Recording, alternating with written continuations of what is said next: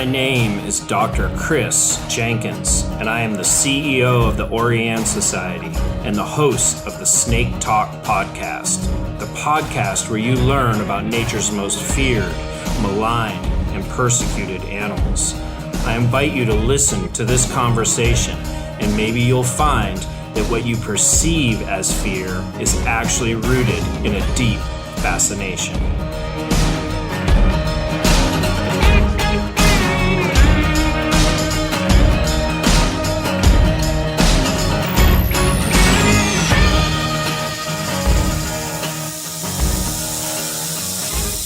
Welcome to the Snake Talk podcast. I am here with returning guest Noah Fields. Excited for this one. He arguably has as much experience as anybody in the world being in the woods with some of the species that we're going to talk about today. And, I kind of coined this term, and we had it on one of the previous episodes, and I don't know if it's accurate or appropriate, but there's a group of animals that I call flashy colubrids. And so these are animals that for some reason have drawn a lot of attention from people. And it might be, their color patterns, it might be their size, but there's something about them, some superlative that draws a lot of people to them, whether that be people wanting to keep them in captivity, people wanting, to see them in the wild, but draws people to them. So we're going to talk a little bit about that today. But first, I just wanted to welcome you back to the podcast. Noah, how are you? I'm good, Chris. Thanks for having me. It's nice to be back on Snake Talk. Great. And, we kind of went through a lot of your history last time, so we won't go in depth there. People can go back and listen to your last episode if they want to hear that. But why don't you just kind of tell people, some of the basics about who you are, where you live, what you do for a living, and what you do for fun, and which is really kind of the one and the same, but just kind of give people an overview of who you are, if you would. So I'm Noah. I'm NKF herping on most platforms. That's my my chosen handle that I picked for my YouTube channel when I was probably like 12 or 13 years old.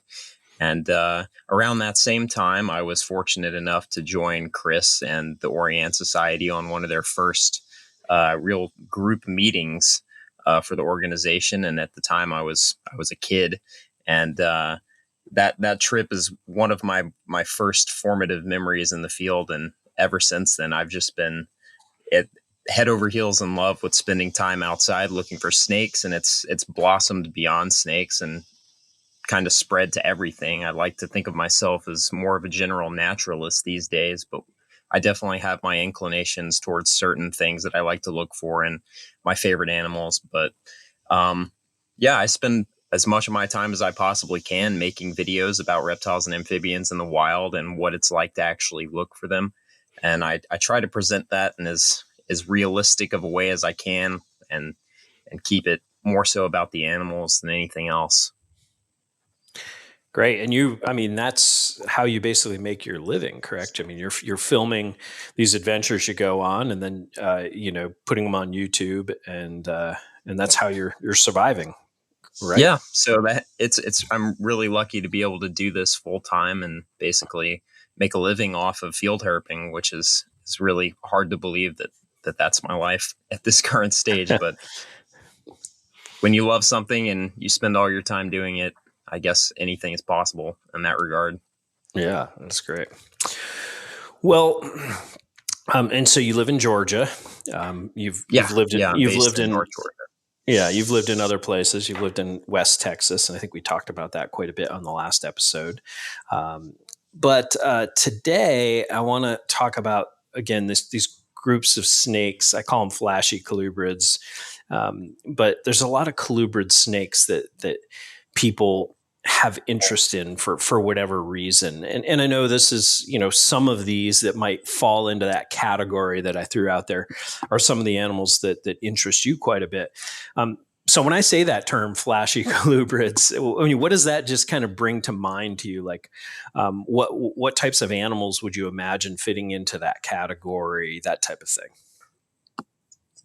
The first thing that comes to mind for me are the Lamprepeltis, the king snakes and milk snakes, and then things that tend to be a little bit more colorful. Like we've got, I don't typically think of rat snakes like, black rats or gray rats as flashy colubrids, but I mean, really, you could mold that description to fit almost any colubrid in their most exceptional form, like a nice whiteout gray rat snake. If you can take a colubrid and show it to a random person that's not necessarily a field herper, and they'll go, "Whoa, that's a cool looking snake."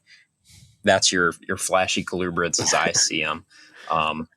And really, like I said, almost any colubrid has like this exceptional 1% of their species that just stands out among the rest. And then there's other species like milk snakes, and they're all colorful and they're all kind of jaw dropping in a way.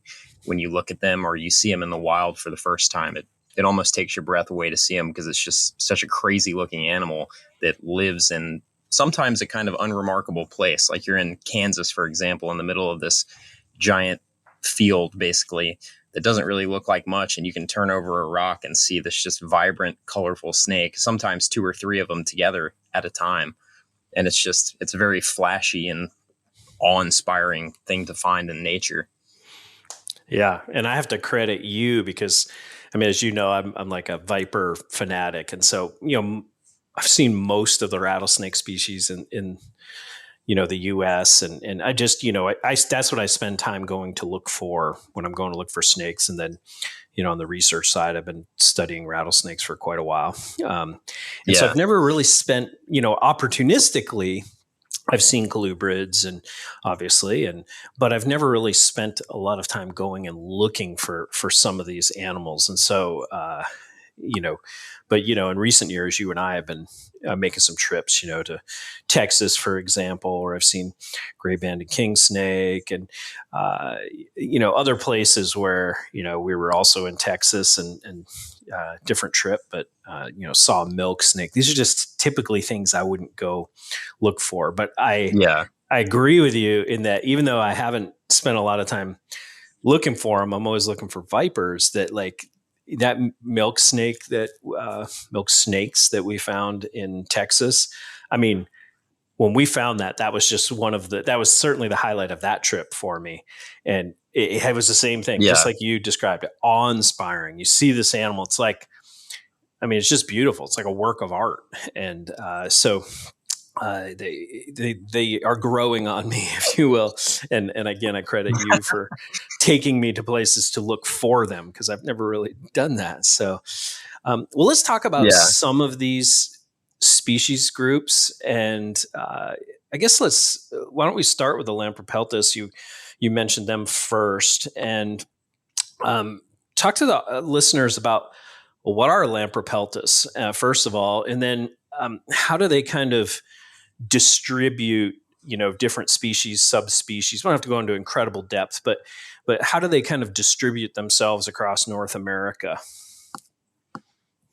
So one of the really cool things about Lamprepeltis is they're so wide-ranging. Like the common king snake is one of the most wide-ranging snakes in the U.S., along with, if you consider milk snakes one big species group, milk snakes are also one very large-ranging species. And then even when you divide the milk snakes into the formerly recognized subspecies, quite a few of those still occupy a large chunk of the country. Like the Eastern milk snake, for example, occurs along most of the East Coast until you get down to around, Atlanta, where you start losing milk snakes and getting Scarlet Kingsnakes. But they're just a very wide ranging snake. So there's a lot of places, like most of the places in the US that have a lot of humans and a lot of people living in them have some kind of native king snake or milk snake. That's oftentimes one of the first wild snakes that people will see. They tend to be fairly tolerant. At least common king snakes tend to be fairly tolerant of suburban areas. So there's a good chance that if you grew up in an area that's not just city, you've seen a king snake crawling through your yard, at least, in some of the places where they're still doing very well and haven't declined. But then the Lamprepeltis group as a whole is actually endemic to the Americas. So only, most of the diversity is actually in North and Central America. And you kind of lose a lot of that when you start heading into Central, like Southern Central America and South America. We have a lot of different Lamprepeltis here in the U.S., and that's part of what makes them so interesting to me personally, is that there's just a bunch of them. And I guess it kind of depends on what kind of taxonomy you think is correct or what kind of taxonomy you subscribe to, because there's been a lot of different work among the Lamprepeltis, especially in the last 15 years, that's sunk some subspecies, raised some subspecies to species level, but even with all of that considered, there's still these very distinct phenotypes that you can recognize, even if you can acknowledge that they're not necessarily enough there to say that that's a full species, but it's still cool to see that this is a unique phenotype that occurs, such as like the Outer Banks kingsnake, for example. Probably not a real full species, or even possibly not even a real subspecies, but there is definitely a distinct look of the Eastern kingsnake that occurs on the Outer Banks in North Carolina. So on the distribution piece, you said, diversity starts to drop off as you get into Central America. And do you know how far south Lamprepeltis goes? Do they go into South America, or is it just like a species or two, or how does that lay out? That's a good question. I know you start losing king snakes. Like, there's no actual king snakes in South America. There's just milk snakes. Gotcha. And I don't know exactly where their southern limit is, and I can probably check real quick. Well, it's okay. But really, I don't know either. So that can give the audience some homework. They can go check that out. But that king snakes do stop in Central America, as you said. So would the gray-banded king snakes then be the king snakes that make it the furthest south? There are quite a few. So the furthest south Lamprepeltis diversity hotspot's going to be probably in like the mountains of Mexico, where you get a bunch of different, mountain king snake adjacent Lamprepeltis that occur throughout the very diverse sky islands and mountains in Mexico. And then there's a couple of like California king snakes, for example, range pretty far south in Mexico. I believe they've got Mexican black king snakes. So Mexico has their own host of decent Lamprepeltis diversity, but generally when I think of like where the Lamprepeltis diversity stops, it's going to be, and I don't know exactly where, but it's somewhere there in Mexico, in my opinion. Gotcha. So when you think of milk snakes and king snakes, what's the difference to you? Like, how would you, obviously they're, naming but like, what are major differences that you think of when you think of king snakes in general and milk snakes in general? And that kind of comes back to what we were just talking about. Interestingly enough, like the milk snakes, like when I just think of milk snakes as someone who lives in the U.S., I think of a much smaller and diminutive Lamprepeltis, whereas I think of king snakes, I think of something that's very big, heavy bodied, 5+ feet long potentially. But then you get down into like the southern limits of where Lamprepeltis occur, and the milk snakes start getting bigger, and there's no king snakes. Like some of the tropical milks, like black milk snakes, for example, in Costa Rica, are titanic.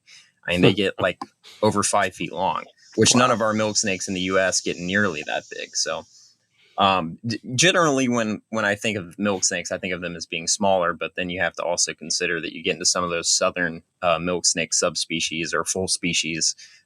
They're almost a completely different animal. They're built more like a king snake. Okay. Well, let's stick with the milk snakes, and let's just talk mainly in North America or in the United States. So just talk to us about, again, we don't have to go into great depth, but what are some of the different kind of milk snake species or subspecies, morphs even, that, the major ones that we would see, and how do they kind of distribute themselves across the country? So milk snakes, one of the things about their distribution that's notable is that they are not super fond of very arid areas. So you get like the western extent of milk snake range is like parts of Arizona. You go any further west than that, and there's no longer milk snakes. And then as you kind of move east, they get more common, more easy to find. And like you get into the Great Plains, and they're just super abundant. These are going to be like your western milk snake, Lamprepeltis gentilis. And then you've got basically this divide, which I think the most recent or widely accepted taxonomy considers the Mississippi River, the border between the western and the eastern milk snake. So west of the Mississippi, they're westerns, and then east of the Mississippi, they're easterns. But then within those eastern and western milk snakes, you have several subspecies that were formerly recognized and are still recognized by some people, such as on the eastern side of the Mississippi, you've got the red milk snake, which is basically just a more vibrant, colorful version of the eastern milk snake. And then west of the Mississippi, you've got Louisiana milk snakes, New Mexico milk snakes, Mexican milk snakes, Tamaulipan milk snakes. And like each one of these different milk snakes occupies a pretty distinct, I guess, ecotone or ecosystem within the region they occur. So an example would be Louisiana milk snakes tend to occur in like swampy bottomlands, whereas Western milk snakes tend to be more of a Great Plains species. Tamaulipan milk snakes tend to inhabit the Tamaulipan thorn scrub of deep South Texas. And they all look at least slightly different. Like you could line each one of these subspecies up. And even if you're not super into snakes, you'll be able to take one look at these snakes beside each other and say, that's kind of interesting. They're definitely a little bit different looking. Yeah. And I mean, if you take extreme examples, say like a milk snake that, we'd see here in North Georgia versus the one we saw in Texas, maybe just describe that difference, like just however you can, just verbally describe how they look. Cause there's a lot of variation across these species. Yeah. So I think there's probably little argument that the milk snakes here in North Georgia are the same as the ones in South Texas. And that's evident by a number of things. So an eastern milk snake from North Georgia is typically going to be a fairly drab milk snake, as with a lot of eastern milk snakes. They tend to not be quite as colorful. They're more of a maroon coloration, or maybe even like a chocolatey brown. And then every once in a while, you'll see one that's a lot more red than the normal. But then you get into South Texas, where the Tamaulipan milk snake lives, and those things are almost always going to be neon orange and red, or at the very least neon yellow and red with a very wide, thick black, just a very striking snake. Whereas the milk snakes that we have in Georgia, it's a little bit more of an acquired taste in terms of flashy colubrids. They're not quite as just in your face colorful, but they still are a very contrasty and beautiful small Lamprepeltis. But it definitely, you show these two snakes side by side to someone who's not into snakes and ask them which one's cooler, they're going to point at the Mexican milk snake every time. Yeah. Yeah. And do you know, and if you don't know any of this, but just wanted to ask some natural history information that you might know. Do you know, we'll stick with milk snakes for now. Within the milk snakes, say, is there a lot of variation in their natural history? I mean, obviously, South Texas versus the Southern Appalachians, much different environments. But in terms of their natural history, just things such as diet or reproduction or any of that, do you know, are there kind of similarities that hold across the milk snakes, or do you see a lot of differences in their natural history as well? It definitely seems like they tend to be pretty generalistic in a lot of senses, and depending on where you are, their natural history is going to be at the very least slightly different, and in some instances it's drastically different. Like South Texas is such a drastically different climate from a lot of the places in the US. It's so much hotter and oftentimes so much drier down there than North Georgia, for example. So those snakes are certainly going through a very different series of events in their normal year that an eastern milk snake in North Georgia doesn't have to deal with. So there's a lot more boom and bust. Some years are going to be a lot drier. Some years it might be so dry that the milk snakes don't even have a successful reproductive year in South Texas and in West Texas too. But then again, those snakes are a lot more adapted to live in that harsh climate. Like if you were to take an eastern milk snake from North Georgia and translocate it to the desert in South Texas, it would certainly die.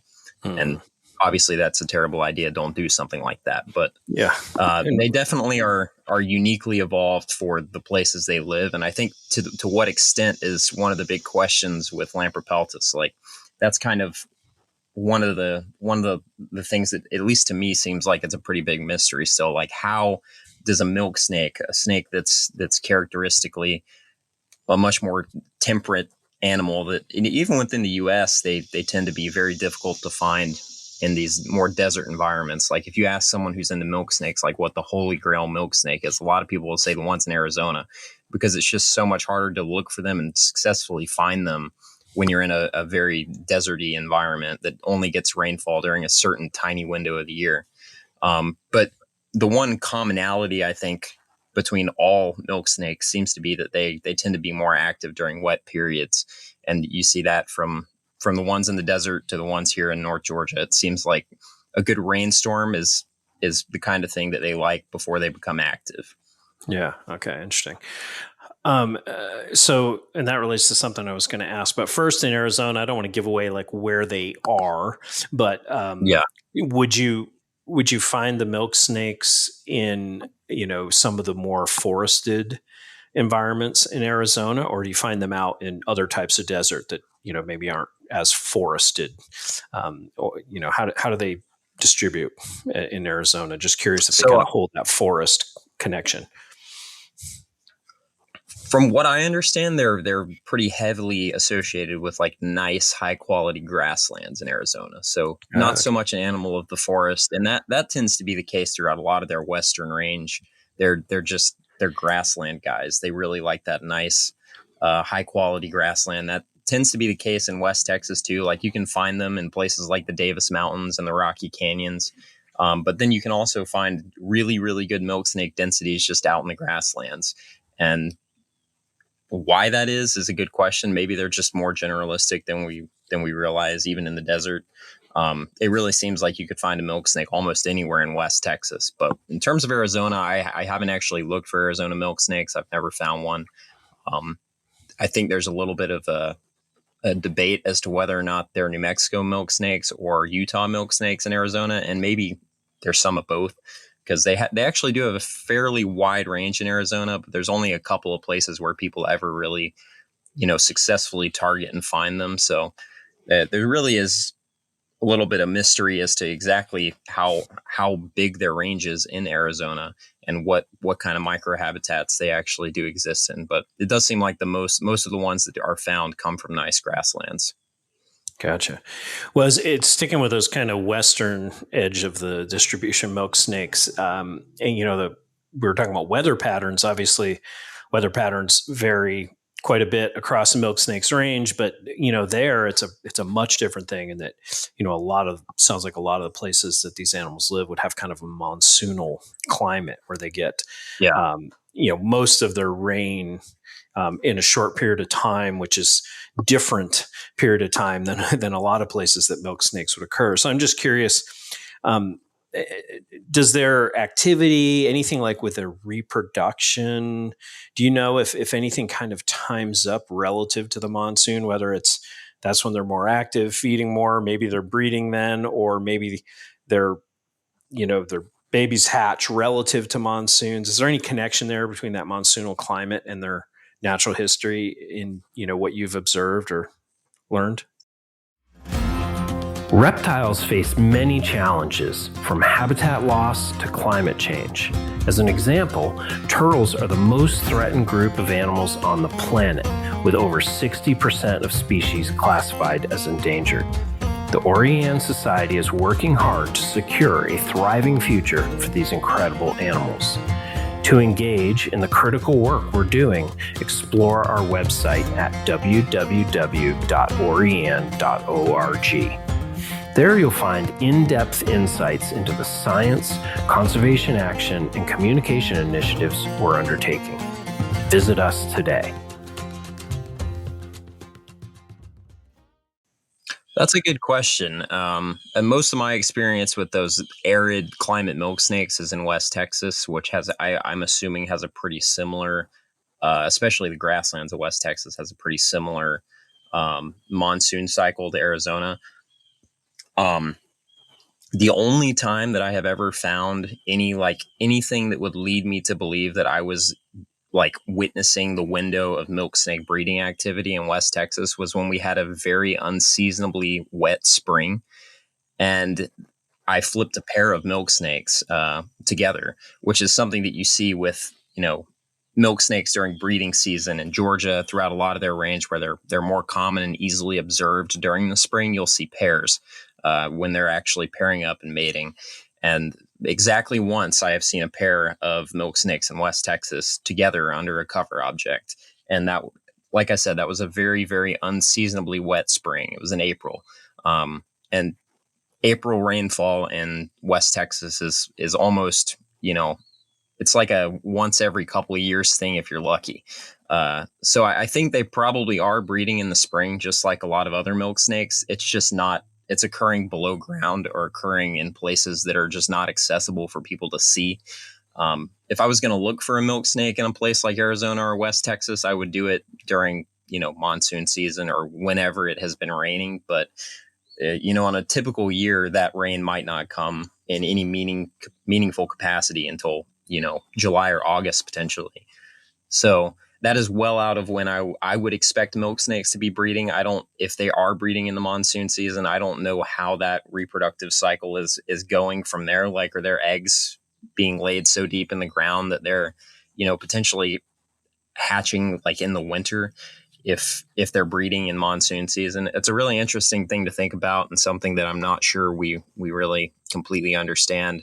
And that could kind of apply to a lot of desert colubrids like Trans-Pecos rat snakes too.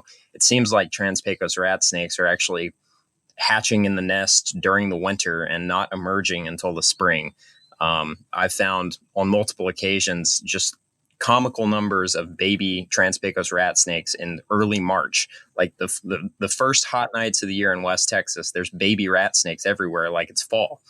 At least like I would expect to see baby rat snakes here in Georgia, on a September night or something, but it's happening in March there. And I've never once seen a hatchling Trans-Pecos rat snake during like the fall when you would expect to see them. Yeah, interesting. Huh. Other interesting thing about milk snakes, at least in the East, is they're one of the colubrids that make it pretty far north. We used to catch when I was doing my master's research up in New England, which very harsh winters. We used to catch milk snakes. Is that something in the more on the western part of the range, say west of the Mississippi? Or, do you see the species getting pretty far north or pretty high in elevation as well, or is that more of an east of the Mississippi phenomenon? They definitely go pretty far north into some harsh climates. Like there's pale milk snakes in Wyoming, Montana, fairly high up into the Rocky Mountains, I believe, in like places like Colorado. I'm not familiar with exactly how high, but they definitely have a degree of cold tolerance out there. But I don't know if it's just like the winters out in like the high plains are so much more harsher. But I believe a milk snake in North Dakota would be a state record. So like I don't think there's ever been a milk snake found in North Dakota, for example. But then in South Dakota, there are pale milk snakes in the Black Hills and probably some other places that I'm just not super familiar with because I haven't spent any time out there. But it does seem like they're a little bit more limited on how far north they can go at the western extent of their range, as opposed to the eastern, like they're well up into Maine. And I'm not sure they go quite that far north at the western edge of their range. Yeah. And why that is a good question. Yeah. Well, Montana's pretty, we'd have to look at the exact latitudes, but that's pretty high. I mean, that's getting close to, be close. Yeah. So, okay. Well, let's shift gears and talk a little bit about king snakes and kind of start at the same place. Let's kind of start with maybe, if we look at North America, say kind of just the distribution of king snakes, different species, different subspecies, morphs. How do they kind of distribute themselves across North America? So there was a point at which all of the king snakes in, at least in the United States, were considered to just be subspecies of the common king snake, which I think that's a pretty valid way to classify them. But they're currently classified more by like kind of an Eastern Western thing, like with the milk snakes. You've got the Eastern king snake, and I think they're fully speciated for the most part. and that there's a lot of pushback for that because it does seem like there's pretty wide intergrade zones between almost all of the king snake subspecies. So moving east to west, you've got Eastern Kingsnakes, Florida Kingsnakes in Florida, Apalachicola Kingsnakes in the Florida Panhandle, Eastern Black Kingsnakes throughout a lot of the northern portion of the Kingsnakes range. And then as you move west, you start getting speckled kingsnakes, desert kingsnakes, and then California kingsnakes and Mexican black kingsnakes in the desert southwest. But it does seem like kingsnakes are not quite as cold tolerant maybe as milk snakes are. They don't go terribly far north in comparison. Like the farthest northeast you find Eastern kingsnakes is the New Jersey Pine Barrens. And then they're throughout Maryland, Virginia, and all that, but they don't really get up into the far northeast like milk snakes do. And that seems to be, I think they probably go further north on the Pacific coast than anywhere potentially. I'm not sure exactly where their range stops going up the Pacific coast, but they're in Oregon. So yeah. They're definitely a little bit more limited in that regard than milk snakes. But then again, milk snakes don't make it as far west. So yeah, gotcha. And how about some of the other species we hear with the name like Scarlet Kingsnakes, gray-banded kingsnakes, things you didn't mention in the description there. Talk about those and how they kind of relate distribution-wise and those types. So there's a couple of more like obscure king snakes that don't necessarily fit into, common king snakes, and they're not milk snakes either. Scarlet Kingsnakes, or I believe they're actually genetically more closely related to mountain king snakes, but they're basically like a southeastern representative of that. And they do have a very interesting range. They're one of my favorites. They have a very spotty distribution outside of the coastal plain. So you get a lot of like weird isolated ridge tops and mountain populations that have Scarlet Kingsnakes. And they're very, very close or sympatric with Eastern milk snakes. And at one point, they were considered a subspecies of milk snake. But I think, you hold an adult Eastern milk snake in hand and an adult Scarlet King snake, and there's a very clear discrepancy in the size there. Like Eastern milk snakes are somewhere between a Scarlet King snake and an Eastern King snake in their build. They're a much stockier snake. Scarlet King snakes are very, very small, like maxing out around 2 feet in length. Whereas Eastern milk snakes could potentially get upwards of 4 feet, and it's not uncommon to see a big one at 3. Mm-hmm. How about some of those westerns? Like I talked about gray bandeds, or you got your pyros and other things like that. Talk about those a little bit. Yeah, mountain king snakes. That's another interesting group. So I think Alterna. I'm trying to remember exactly where they lied genetically, but they are very closely related to milk snakes. A lot of the more recent milk snake genetic work has included Alterna. But they definitely behave kind of similarly to a mountain king snake. So the gray-banded king snake, Lamprobeltis alterna, is this very enigmatic leak from Mexico where they have a little bit of their range that comes up into West Texas, and then a lot more of it is lying south of the border in parts of Mexico where field herping is just not as common and widespread or accessible. There's definitely a lot of people who have found them in Mexico, and there's a lot of great looking alterna that have been photographed down there. But we just don't know quite as much about where their range is out there south of the border. So a lot of what we know about gray-banded king snakes comes from the U.S., but there's potential that the vast majority of their range actually lies within Mexico. And then the mountain king snakes, you've got the Arizona mountain king snake, which is Pyro milana. A lot of people just call them pyros. And then the California mountain king snake, which a lot of people just call zonata. And those are another two groups of flashy colubrids that have a kind of cult following. I'm not super familiar with zonata. I've only ever seen one in the wild. And then I've seen a couple of Arizona mountain king snakes in New Mexico and Arizona. And I really do enjoy searching for pyros. That's been something that I've kind of gotten more into over the years, and I'm actually planning on going out to look for some at some point later this year too.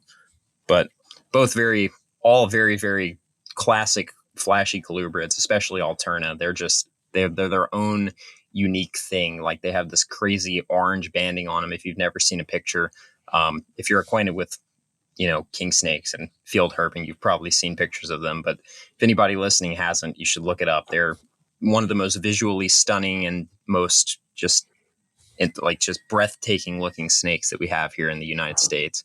And they definitely look like something that does not belong in the United States, yet there they are in the mountains and the kind of wastelandy parts of West Texas that are just very, very harsh, and not many people live out there.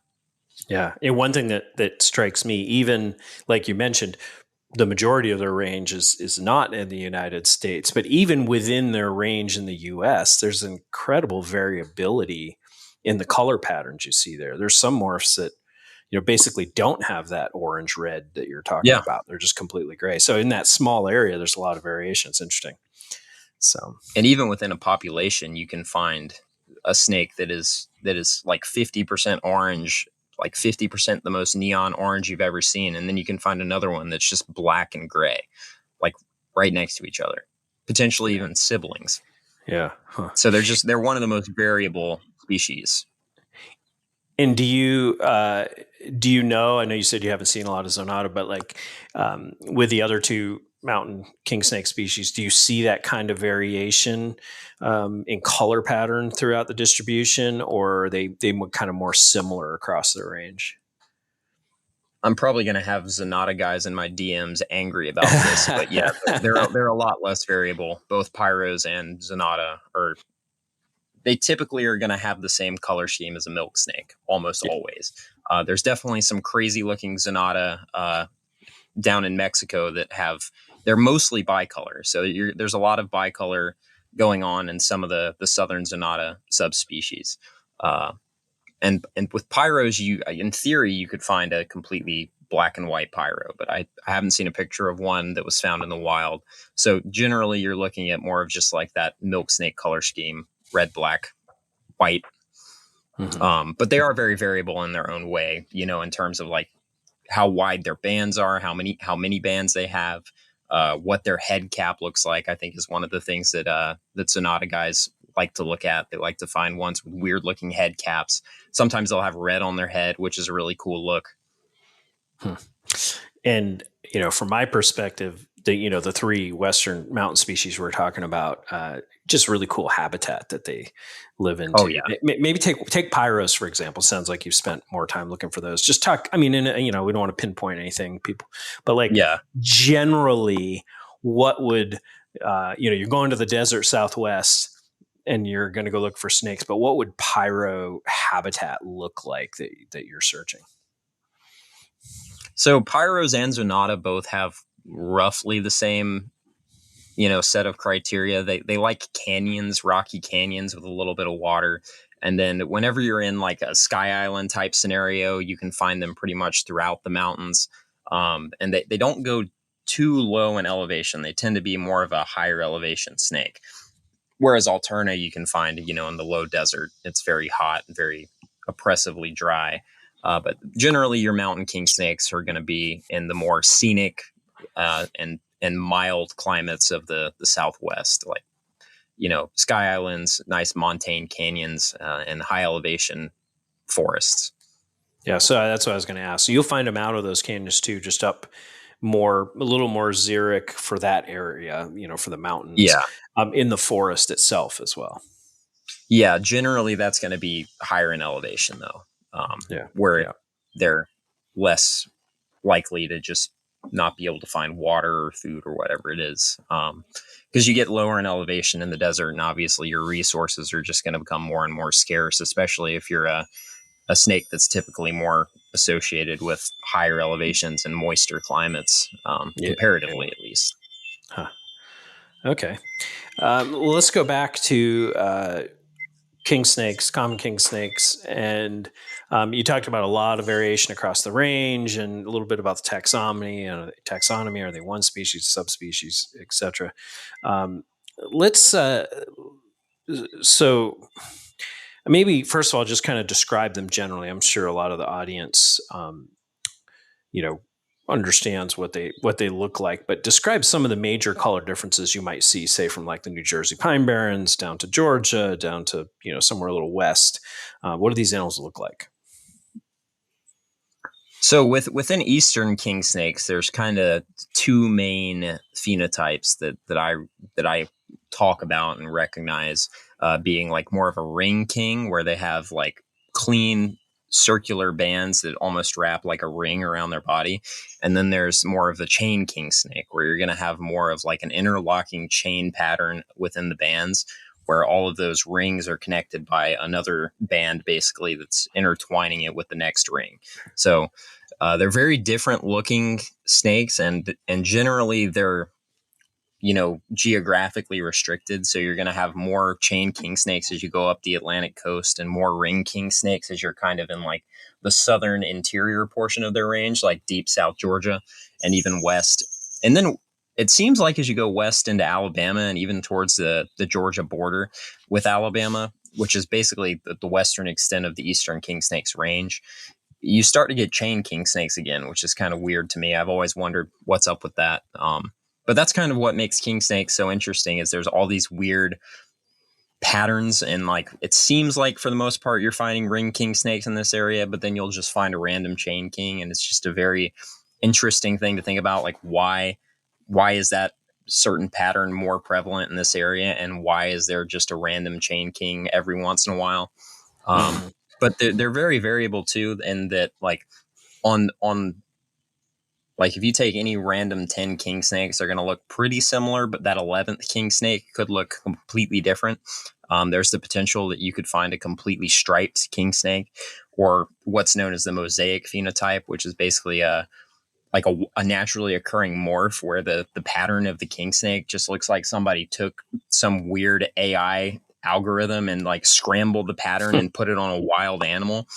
And they're really like one of the most stunning snakes in the U.S. is, in my opinion, these wild occurring king snake morphs that live in pretty much anywhere in Eastern king snake range. It seems like you could find one of these mosaic kings.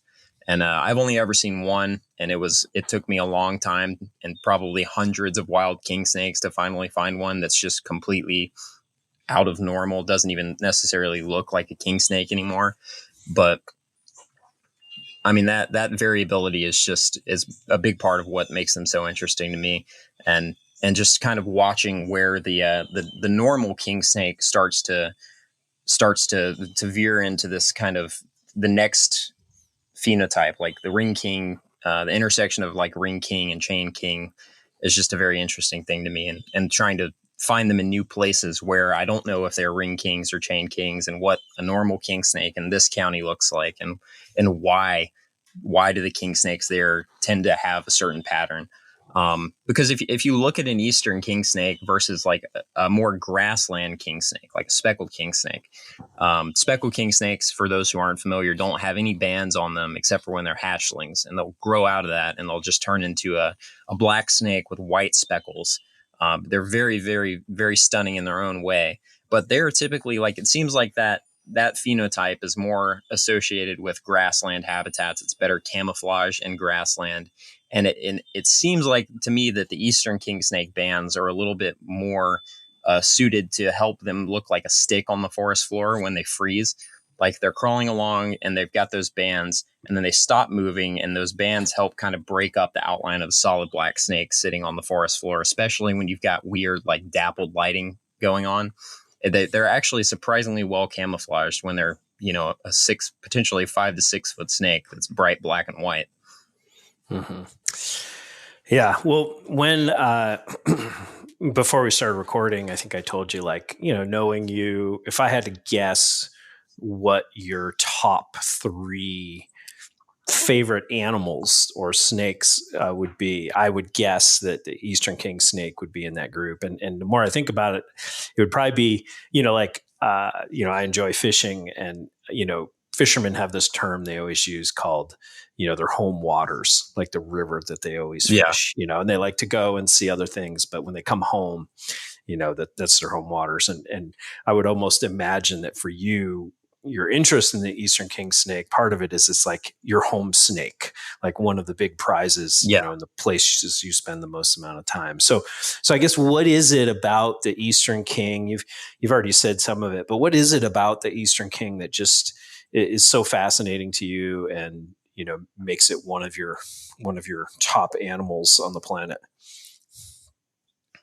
I think you're definitely right about the home waters thing. That's a good way to put it. I'm definitely biased towards them, and a lot of that is just because they're the snake that I grew up catching, and one of the snakes that kind of ignited my passion for just like looking for animals in the wild. And there's just so much that you can do with a general interest in a snake like an Eastern king snake, like I was talking about earlier.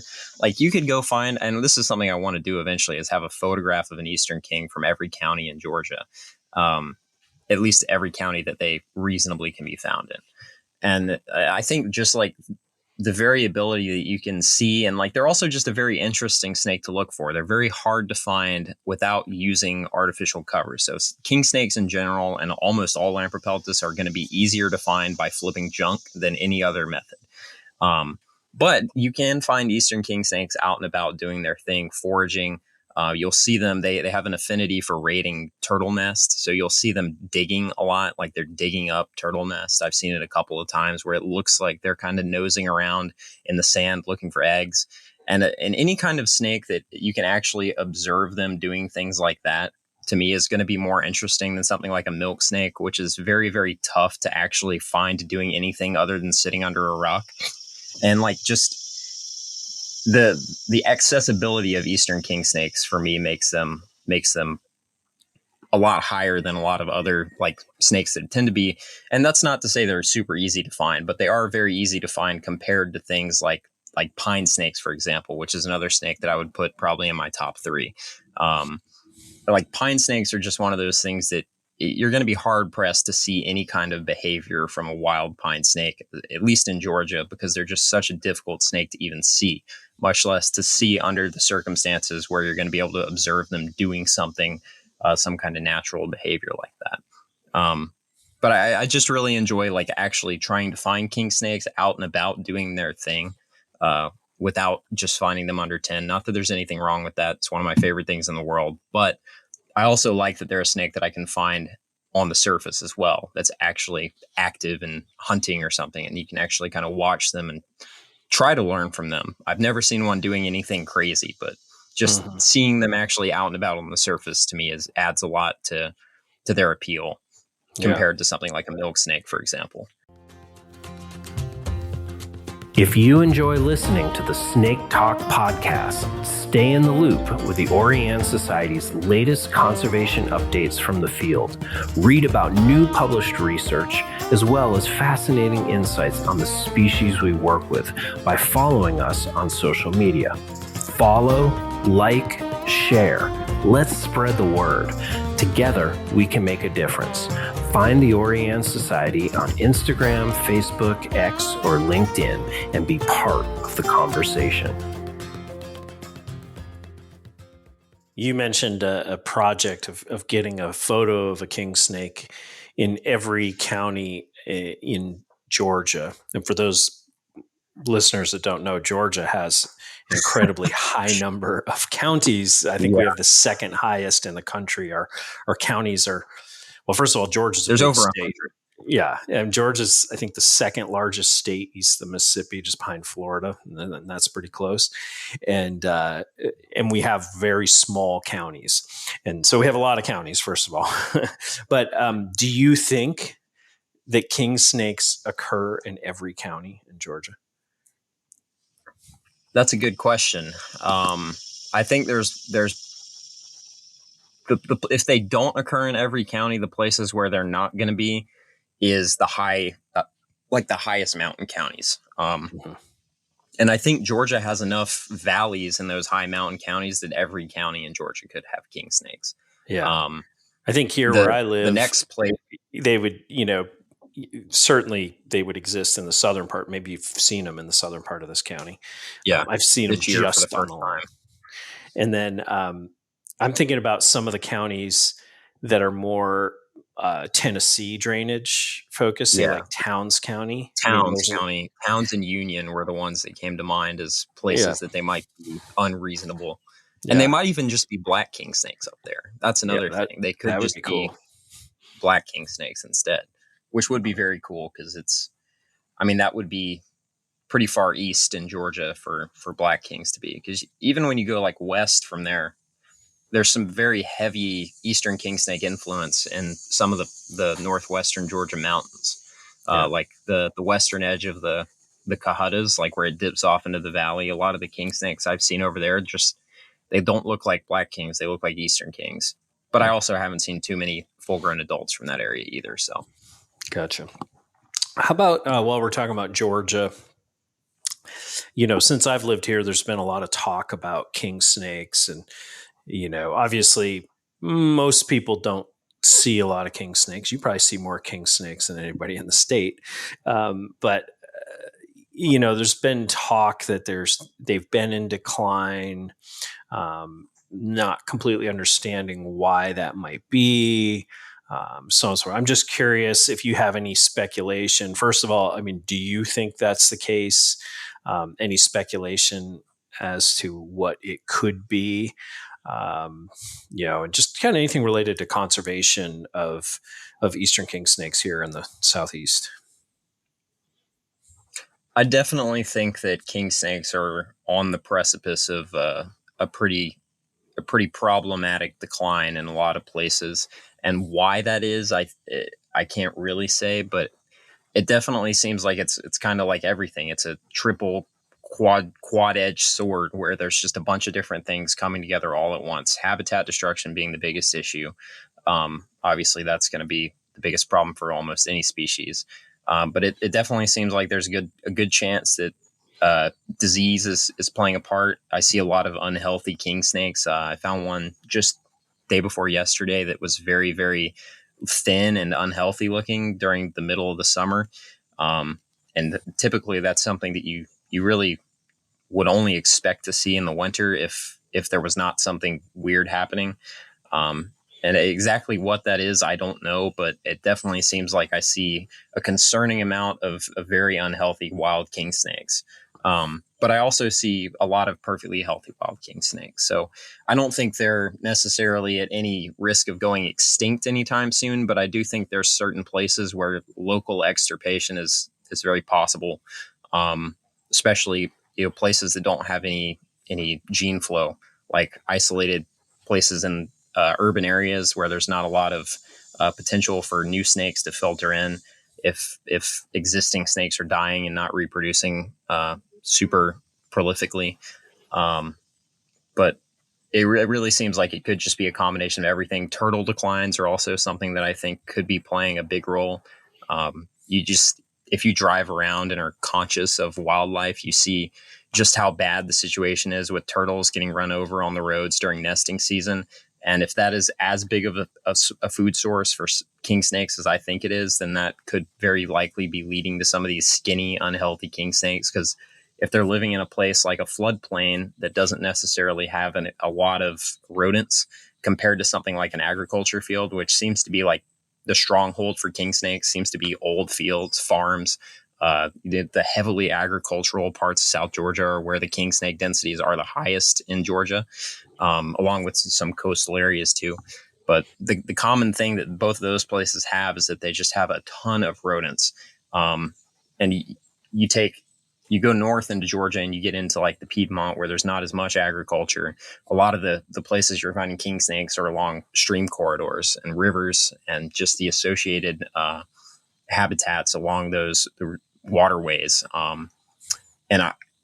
It would only make sense that the king snakes living in those areas are eating more turtle eggs than the ones living in more agricultural areas. And if turtles are facing, a pretty wide scale decline just across species, which it seems like they are, then that could be a pretty significant portion of the local king snakes annual food just completely disappearing or being greatly reduced. And I think that probably could apply to a lot of snakes. Like, eggs are such a nutritious food source. They provide a lot of nutrients for very little work. And, a king snake eats a couple of eggs. It's got a lot of nutrients and it's not really hindered. It doesn't have to sit there and bask for 3 days to digest the eggs. It can just keep crawling around. So I think that's a pretty important food source that if it really is disappearing at the rate that I'm concerned it is, could be associated with the declines as well. Yeah. Well, let's stay on the same topic of, applied or conservation, but zoom back out taxonomically. And we don't need to go through every issue across the range of milk snakes, king snakes, and Lamprepeltis. But like, what if you had to call out kind of one or two major conservation issues within these groups, whether that be a particular species in a place, a particular threat that's affecting multiple species, like what would you call out as, let's just say, the top one or two kind of conservation superlatives relative to this group that you see? I definitely think that habitat destruction and fragmentation is going to be the biggest problem with almost everything, because if you just take like a decent chunk of king snake habitat and you start building roads through it, a certain amount of snakes are going to get hit on those roads every year. All of the stuff that's turned into, a development or a Walmart or whatever is going to immediately become completely unsuitable habitat. So the snakes are going to have to move around more often, assuming they weren't killed by the initial development. They're going to have to move and cross the roads that are now there. And they're going to get run over in the process of going to look for food. They're going to get run over in the process of going to nest and lay their eggs. It seems like a lot of king snakes that you see crossing roads are gravid females looking for somewhere to lay their eggs. So I think that's definitely the most pressing issue. But after that, I would say the potential that there's some kind of disease that we don't fully understand, or parasite, like the lungworm that's coming from the Burmese pythons. We don't know if that's potentially affecting king snakes yet. And if it's not, we don't know what kind of effect it would have on king snakes. I think that because they are so high up, like the snake trophic system, like they're eating everything from other snakes to rats and mice, just like everything else. They're potentially accumulating more parasites than your lower level things like a garter snake or like a worm snake that's only eating a worm. So I think there's a lot of potential that disease is probably more impactful for king snakes than we understand, or than, for other snakes. So that would be another major concern. Yeah, I would agree with that. So it will be interesting to see as the parasite moves north into Georgia, just what species it's affecting and how. But one last question before we start kind of winding this down. We talked about it in the beginning, and I've talked about it in the previous episode, but you kind of live a lifestyle around reptiles and amphibians. It's your profession, it's your recreation. You basically spend your time looking for reptiles and amphibians. You travel around the country, internationally, doing this. So if we keep in mind these flashy colubrids, or in particular, let's just say the Kingsnakes and Milksnakes, how have they played a role in your lifestyle? And that could come from a number of angles. Your interest in your development of this lifestyle, how it affects you annually and places you may need to go. How do these species kind of impact your lifestyle and what it is you do every day? So being a little bit more weather dependent than a lot of other snakes, I think I probably spend a lot of the days with better weather, like nice, cool weather. Rather, like king snakes and milk snakes, generally, you're not going to be finding when it's hot and dry. You're going to be finding when it's cool and when it's been raining. So really the best time to look for them, almost without exception, is the springtime. So a big portion of my springtime, which is the best time to look for almost everything, is spent looking for king snakes and milk snakes, which, when it comes to targeting other things that are a lot harder to find than king snakes and milk snakes, I feel like that kind of draws me, like it's almost like it's drawing me away from looking for things that are harder, like pine snakes. And I really should be spending less time looking for kings and milks and more time looking for pines, because it takes more time to find a pine snake. But yeah, and for several years, I would spend the entire summer in West Texas looking for Alterna, because Alterna are also just like that. If you're not there in the right weather, you're not going to find them. So I would move out to West Texas basically and spend the whole summer there so that I could get maybe the 2 weeks of prime weather and not have to worry about traveling at the last minute to get there in order to find them. So it really does control a lot of a lot of what I'm doing at a lot of times of the year, because I'm spending those best weather days, those precious, perfect weather days looking for them.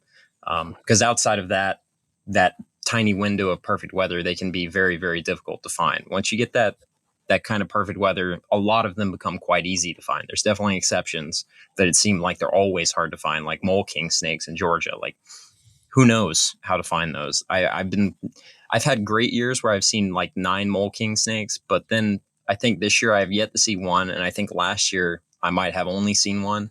They've just been very, very hard to pinpoint, and that's another snake that's local here where I live. So I have them. There's probably one within 100 yards of me right now, but I'm not going to find it. They're just very, very, they're enigmatic in a way that very few snakes are. And it seems that's another weird thing about Lamprepeltis in general, is it seems like you can go somewhere else that seems very similar, and the snakes are a lot easier to find than they are, in any other given area. And I don't really understand that. And trying to figure that out has become like an obsession and an addiction in and of itself, trying to make it so that I don't have to go a year without seeing a mole king snake. I can actually find them every year. And I still haven't gotten there yet. And that's a snake that I've got right here locally, and I've been looking for them this whole time. So a lot of the times when we have like the best road cruising weather, and I could be road cruising for something else, I'm driving back and forth on the stretch of road, I've seen the most mole king snakes, trying to confirm that little weather window that I'm in right there is actually when they're moving, or if I just got really lucky last time. So there's definitely a degree of obsession when it comes to looking for them that I can't pull myself away from it to look for all of the other hundreds of cool species that we have in the Southeast. Like, I think I appreciate timber rattlesnakes like on the same level as I do Eastern Kingsnakes, but I spend a great deal of the year not looking for timbers. Then we get to this time of year where it's like midsummer and it's miserable outside. And I'm like, oh man, I wish I was looking for timbers a month ago when it was nice out, because I'm on top of a ridge that I almost died climbing up trying to get to the best habitat. And had I just done that in May, it would have been a lot more enjoyable, and I probably would have seen just as many snakes, if not more. Oh, that's great. Well, before we wind down, you've been on the podcast before, so I like my snake stories, and so I'm going to ask you to tell us one of your best snake stories. So I've been kind of ruminating on this and trying to think, because I think last time I told the story of when we found 3 alterna in one night. And this one, the one that I've settled on for today, is maybe not quite as thrilling and like a great triumphant success of herping, but it's relevant to the subject at hand, and it's something that I have only seen once. In fact, I think it might be the only time I've seen a wild king snake, Eastern king snake, actually feeding. And I don't want to be wrong about that. I'm trying to rack my brain for another time that I've seen it, and I can't think of it. So this would have been probably, I think, winter of 2019. It was after our first freeze. So it was getting towards the end of the season. Like, very rarely do I see king snakes after we have our first freeze of the year. But that being said, there is like a certain, set of conditions that when they're met, king snakes can be quite easy to find in the dead of winter, at least if you're below a certain latitude. And even up here in Metro Atlanta, I've seen them in December. So, healthy snakes too, not snakes that look like they're out on the surface because they're getting ready to die. Like, I've seen healthy adult Eastern king snakes locally in the middle of winter, but it's a very rare thing. But anyways, this day that I'm referring to for this story was probably late November. It was kind of towards the end of when I would expect to see a king snake under normal circumstances. And I was out hiking at one of my favorite spots that tends to be pretty productive during the late winter or the early winter with one of my friends, Ian. And we'd had a very slow day. We'd seen, I think, one rat snake that was basking. It was not the best weather. I want to say it was probably in the high 30s the night before, and then the high that day was in the mid 60s. So very borderline when it comes to looking for snakes that aren't like very, very cold tolerant. Like, that's good weather for looking for indigos, but for looking for king snakes, it's like you almost might as well stay home when you're getting temperatures that are, flirting with the 30s. 40s are okay, but you start getting to the 30s and I start second guessing why I even bothered in the first place and going outside. And we'd only seen one rat snake. We were walking around, and Ian says very calmly and collectively, as he always does, king snake. There's a king snake right here. And I come over and I see there's this big dead pine stump that is like cracked off about 5 feet up, like a lot, like the kind of place you would like look behind the bark and see a Scarlet Kingsnake or something. And I don't see it at first. And then I look a little closer and I see belly scales through a crack in the tree bark. And it's very clearly like the belly scales of an Eastern Kingsnake. And I was like, what? Why is it? It took forever for me to figure out what I was looking at. But this Kingsnake was just, for whatever reason, facing me with its belly, like it was behind the bark basking. And I get out my camera, I started taking pictures, and eventually, I can't remember if it was me or Ian that noticed it, but we realized that there's also a rat snake visible a little bit further down the same crack. And like, if you looked really closely, it's a very, very narrow crack. You look very closely, you can follow the king snake to right where the rat snake starts. And you can see that the king snake has the rat snake barely in the crevice. And so this king snake is actively eating a rat snake behind bark. And we can only see like this tiny little sliver of the belly scales of both snakes through the crack in the bark. And I've got pictures of this on my Flickr that you could put in the show notes or something so people can actually see it. But like that, to my recollection, that's the only time I've ever seen a king snake actually eating something. And it was very, very late in the year. So it was kind of like presumably one of those like last ditch efforts to get a meal before winter. And we didn't want to disturb the king snake or anything. So we didn't bother pulling the bark back to look any further.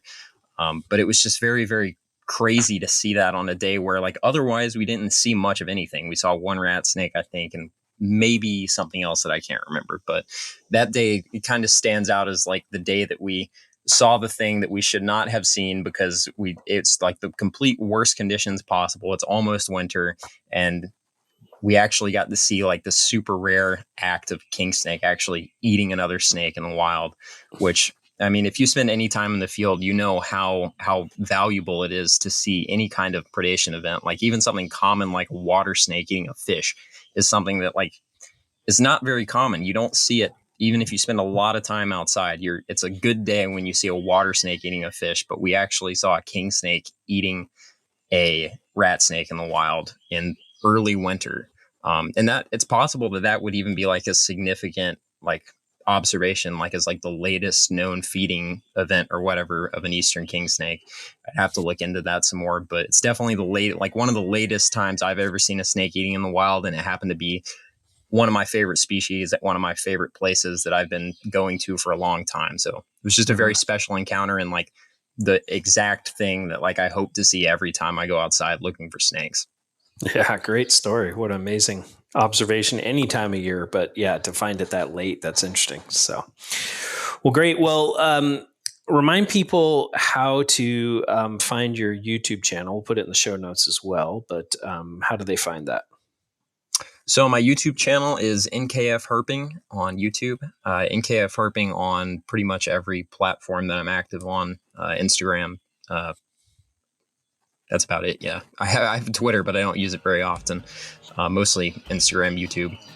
Yeah. Well, and I'd encourage everybody to get on and check out both his Instagram and his YouTube. But on his YouTube, there's just regular, adventures that Noah's going on and for Kingsnakes or out in West Texas or whatever it might be. But it's definitely worth checking out. Well, thank you, Noah. Good talking to you as always. Yeah, thanks for having me. I enjoyed it. Yeah, great. Well, and I want to thank the audience and tell everybody to remember snakes are animals too, and it's a privilege to see one in the wild.